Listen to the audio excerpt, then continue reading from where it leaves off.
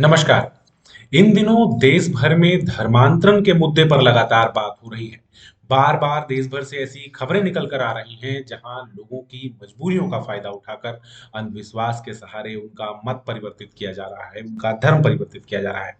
आज ही विश्व हिंदू परिषद ने धर्मांतरण के खिलाफ एक अभियान की घोषणा की है और इस अभियान के बारे में और विस्तार से बात करने के लिए आज हमारे साथ विश्व हिंदू परिषद के राष्ट्रीय प्रवक्ता श्री विनोद बंसल जी जुड़े हुए हैं।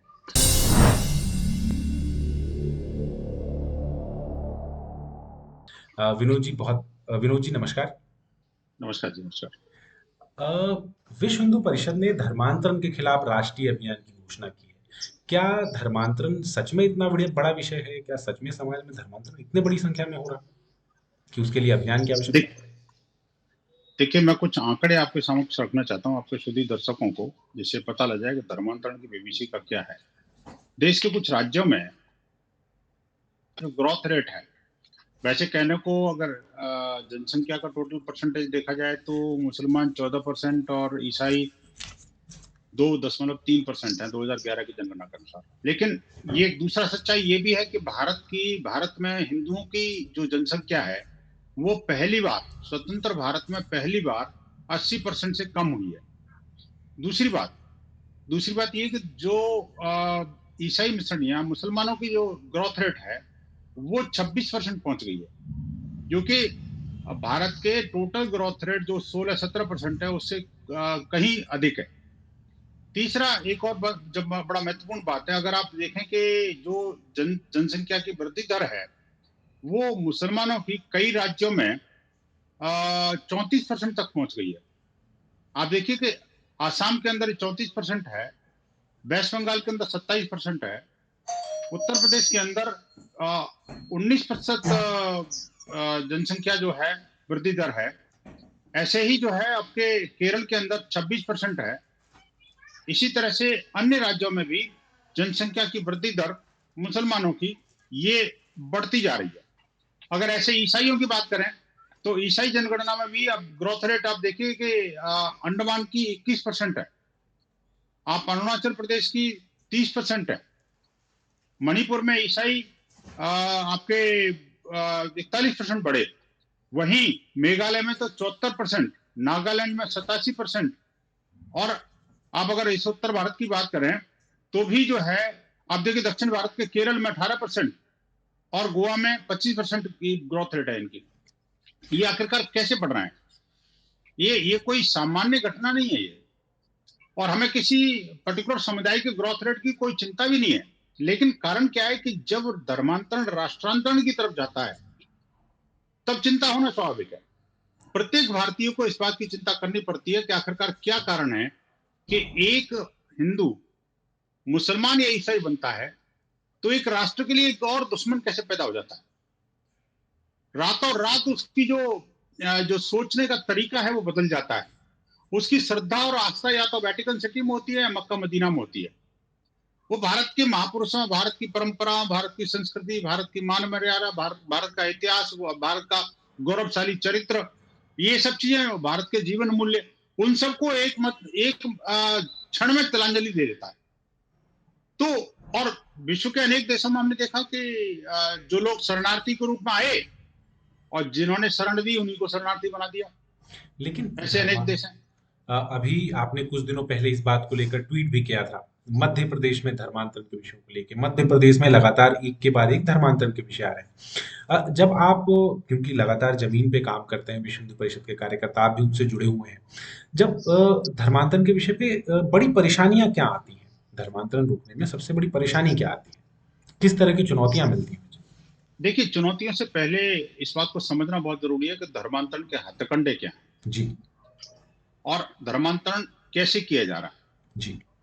छल पूर्वक, बल पूर्वक, लोभ प्रलोभन से और जादू टोना टोटके से, हिंदू धर्म के प्रति अनास्था क्रिएट करने से, सेवा के नाम पर जो है वो जो मतांतरण के अड्डे चलाने से, इस तरह की जो चीजें बड़े पैमाने पर पनप रही हैं।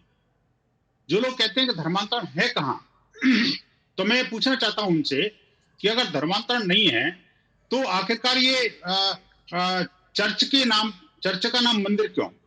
यदि धर्मांतरण की आपकी मंशा नहीं है तो चर्च का नाम मंदिर क्यों? अगर धर्मांतरण की मंशा नहीं है तो पादरी का वेश भगवा क्यों? अगर धर्मांतरण की मंशा नहीं है तो जादू टोना टोटके क्यों? अगर धर्मांतरण की मंशा नहीं है तो लोभ लालच प्रलोभन क्यों? अगर धर्मांतरण की मंशा नहीं है तो आपका स्वास्थ्य लाभ का बहाना क्यों? अगर धर्मांतरण की आपकी मंशा नहीं है तो जाति वही पुरानी और नाम बदलकर अपना आसमानी वो क्यों? आखिरकार मूल प्रतीकों का अपमान क्यों? SC ST के जो अधिकार हैं उस समाज के अधिकारों पर कुठाराघात क्यों? भारत की राजनीति में दखल क्यों? और विदेशी मुद्रा का दुरुपयोग क्यों? आप मुझे बताइए कि टीका कलावा और जो क्या बोलते हैं गले में जो माला पहन करके साधु के वेश में लोग क्यों दिख रहे हैं भाई? ये पादरी तो कभी नहीं जाते थे।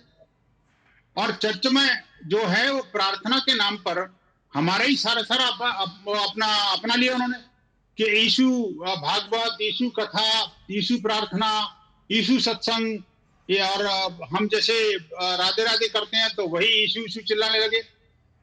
अभी पिछले दिनों एक सेवा के कार्यक्रम में मेरे पास में एक बस्ती है, कोड़ियों की बस्ती, कुष्ठ रोगी रहते हैं वहां पर। और उस बस्ती में क्या हुआ कि एक कार्यक्रम था हमारा मंदिर में हवन करने के बाद में हम लोग मेरे बस्ती में, बल्कि दिवाली का उत्सव था, हम लोग मिठाई विठाई लेके गए थे और लोगों के साथ उनके साथ दिवाली मनानी थी।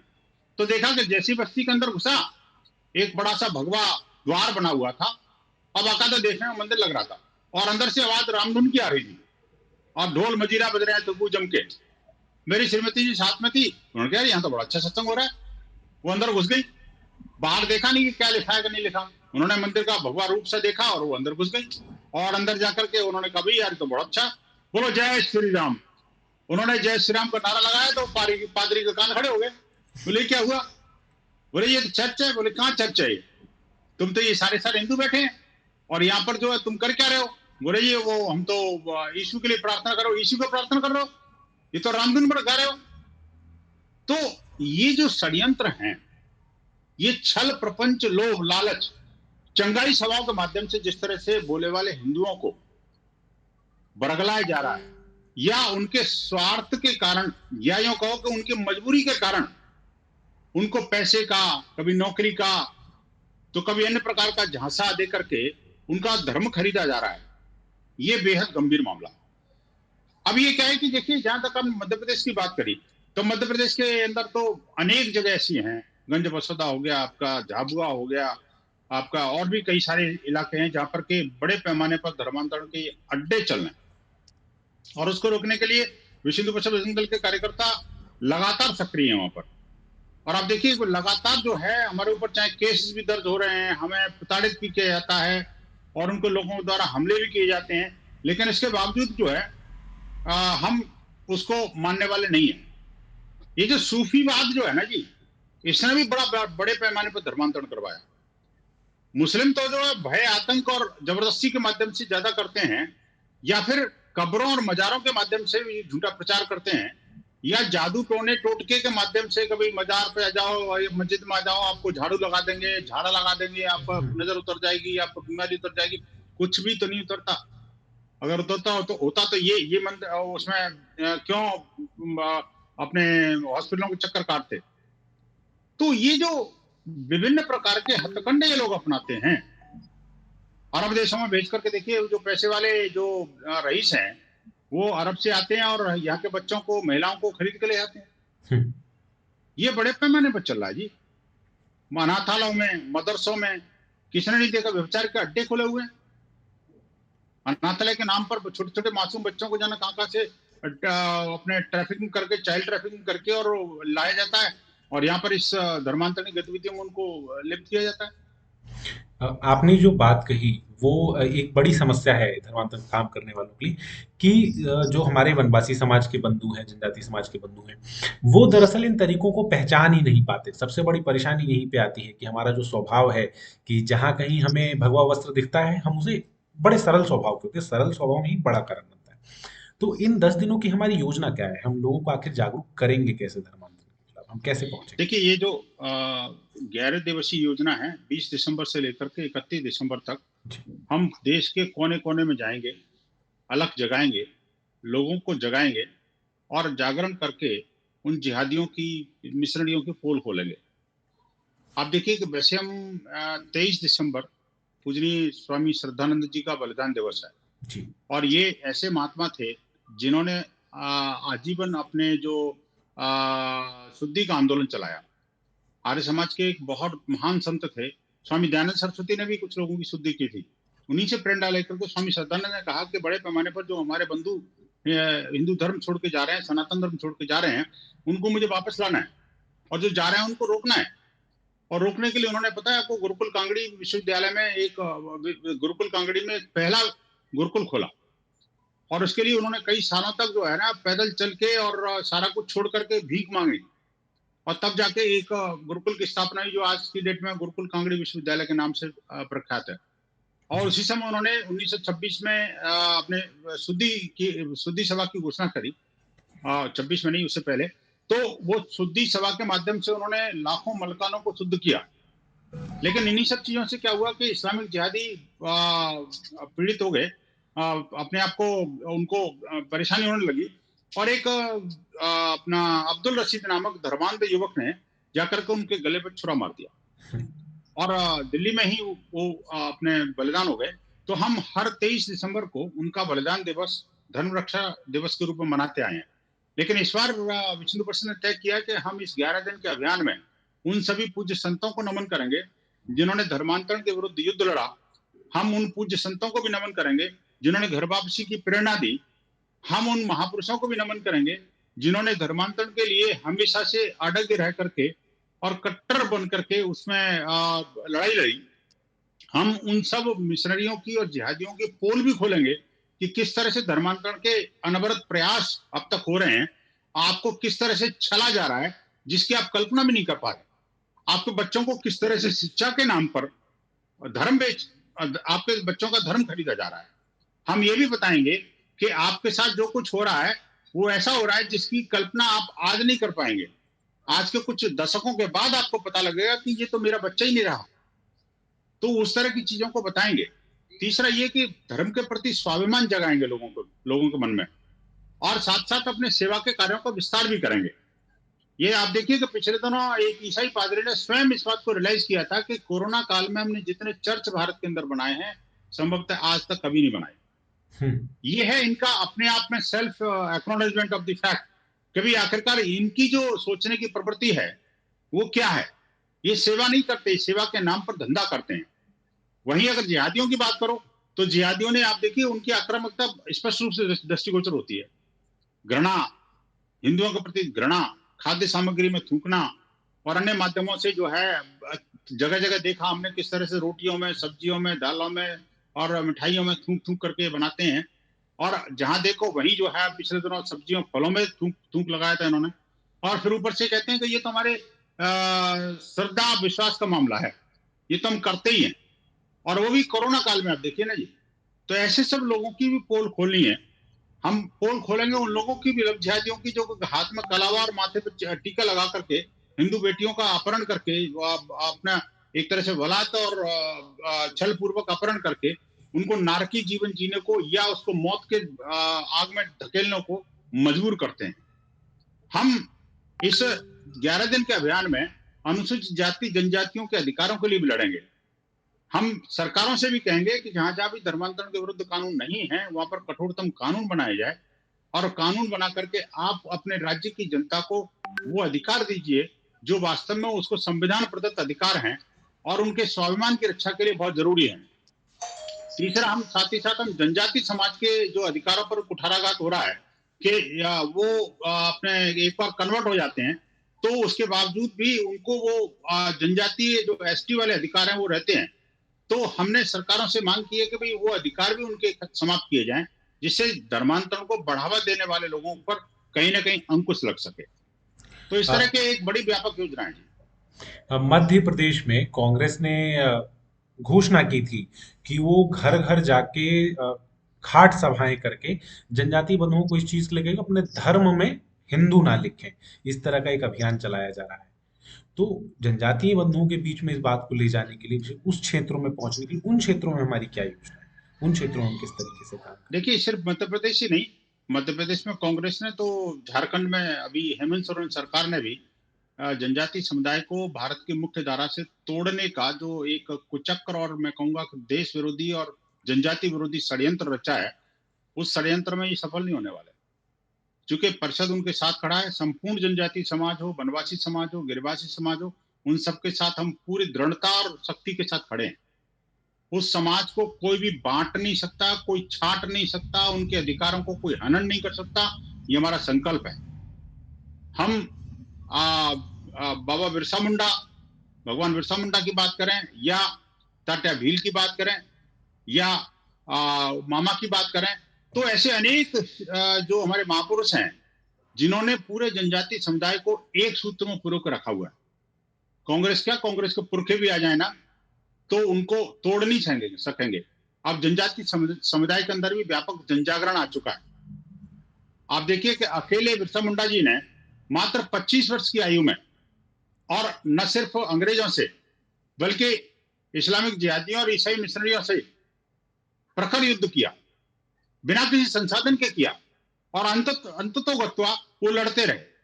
ऐसे महापुरुष से प्रेरणा लेने वाला वो वीर समाज जो है, उसकी वीरता को नमन करते हैं, और साथ ही साथ इन सरकारों को चैलेंज भी देते हैं कि उनके अधिकारों के प्रति कुठाराघात की सोचना भी मत, नहीं तो भीषण परिणाम होंगे।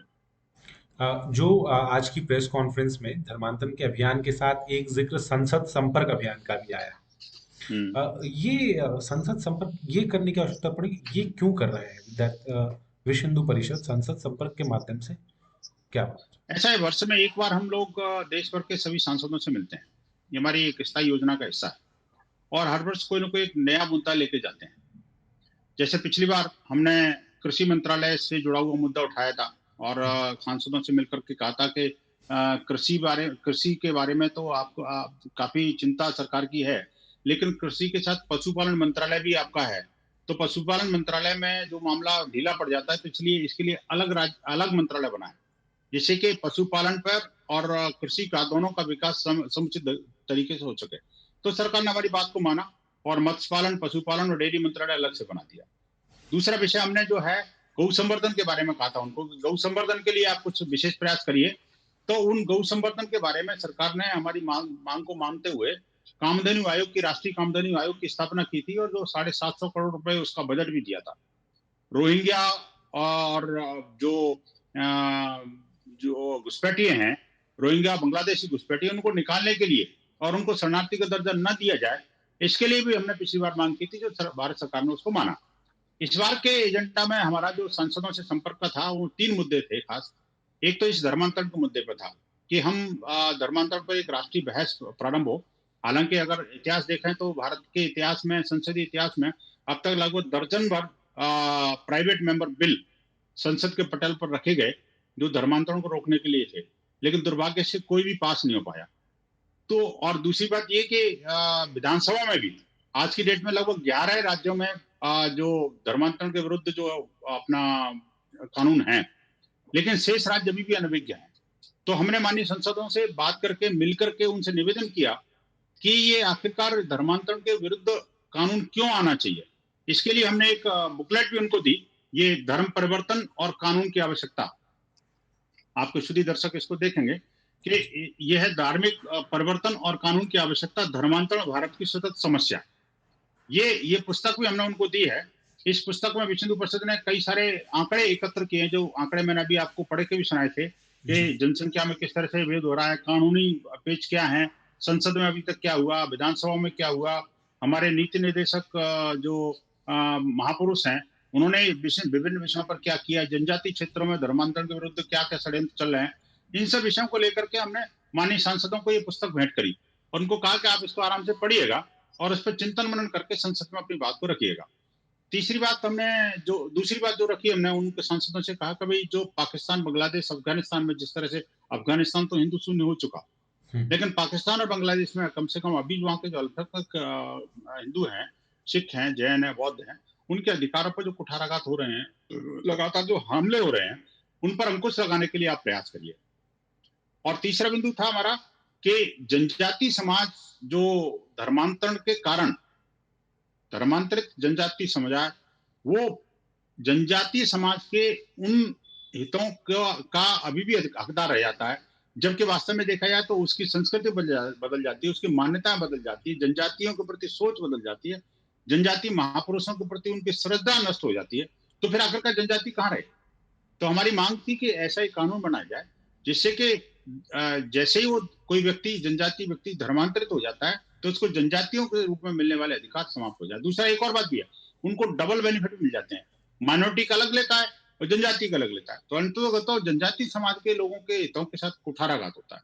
तो हमने इन 3 मांगों को लेकर के संसदों से संपर्क किया था। माननीय संसद अभी हमने क्या है कि 2 चरणों में इस अभियान को रखा था। इसका पहला चरण कल संपूर्ण हो गया, आज उसकी पूर्णाहुति हो गई। इस पहले चरण में हमने शीतकालीन सत्र में जो जिन सांसदों से मिले उनमें उत्तर भारत, मध्य भारत, पश्चिमी और उत्तर पूर्वी भारत ऐसे लगभग 327 सांसदों से हम लोग मिले, जिसमें लगभग 10 मुस्लिम सांसद थे और 8 ईसाई सांसद भी थे। इसमें अनेक राज्यों के अनेक पार्टियों के सांसद थे जो लोकसभा राज्यसभा दोनों के थे। इसमें Bhajpa, Congress, JDU, Shivsena, National Conference, Trinamool Congress, CPM और आम आदमी पार्टी के सांसद शामिल थे इसमें। और सब लोगों ने कुल मिला के एक अच्छा रिस्पॉन्स दिया और सब एक ब्रॉडर पर्सपेक्टिव में सब इस बात को मान रहे थे कि हाँ, ये दोनों चीजें बहुत जरूरी हैं, तीनों चीजें बहुत जरूरी हैं और ये होनी चाहिए और हम अपने अपने स्तर पर प्रयास करेंगे। तो ये हमारा एक तरह से ये सांसद संपर्क का अभियान था, जो इसका पहला चरण पूरा हो गया। अब दूसरा चरण हम जो है अभी पूर्वी और दक्षिण भारत के सांसदों से बजट सत्र में मिलेगा। इस अभियान के लिए आपको बहुत बहुत शुभकामनाएं और हमारे साथ चर्चा करने के लिए, हमें समय देने के लिए आपका बहुत बहुत धन्यवाद। धन्यवाद। नमस्कार।